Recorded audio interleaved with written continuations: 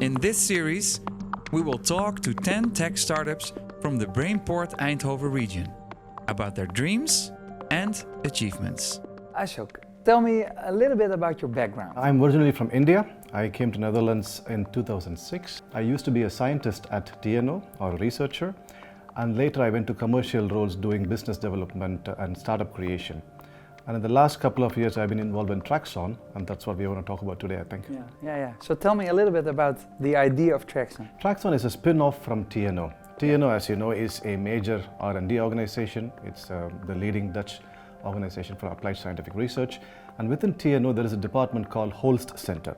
Holst Centre is actually a collaboration between TNO and IMEC. These two entities came together, set up Holst Centre, and since 2005, they have been working on printed and flexible electronics. That's fully additively manufactured, but that can also be recycled. And this R&D has been going on for many years. At some point, we decided, well, this is mature enough to go to the market. So they said, Ashok, Corne and Raghu, the three co-founders who worked at TNO at the time, why don't you start your company that can manufacture electronics based on Holst Centre technology? And that's the origin of TracXon.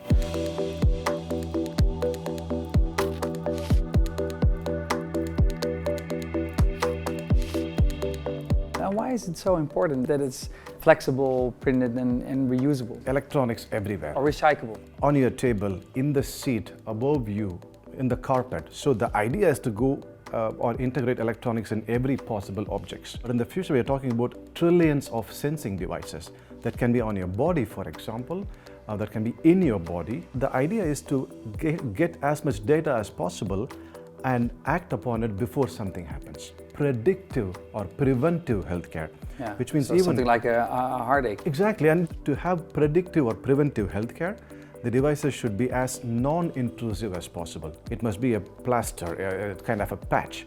And if you create trillion sensors per year or more, where are you going to bury them? Because you can't recycle them. That's completely unsustainable. That's where printed and flexible electronics come into picture. And what about collaboration in this region? Do you think it works really well?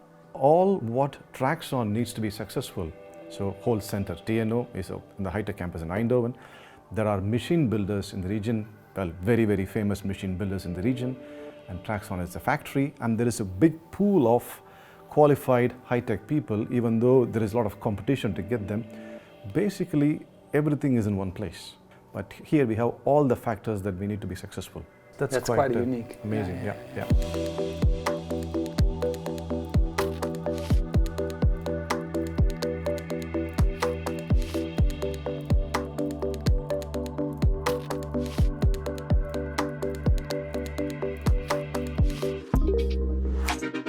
Did you had also experienced big successes? Or small successes? This is something I personally can improve upon, because if there is a success, I think, okay, what's next? I won't use the word, but successes for sure. I mean, for a startup, we have a very healthy customer pipeline.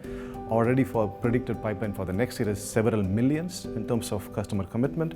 And we are actually turning quite a good cash flow already in year one. And end of the day, this is all financial measures are great, good for the investors to listen to. Because they want something in return. Absolutely. I mean, there is no kind of free money or anything, right? No. But probably if I have to point out the biggest success so far, that would be we set up a factory from the scratch, including building of clean rooms, floors and everything.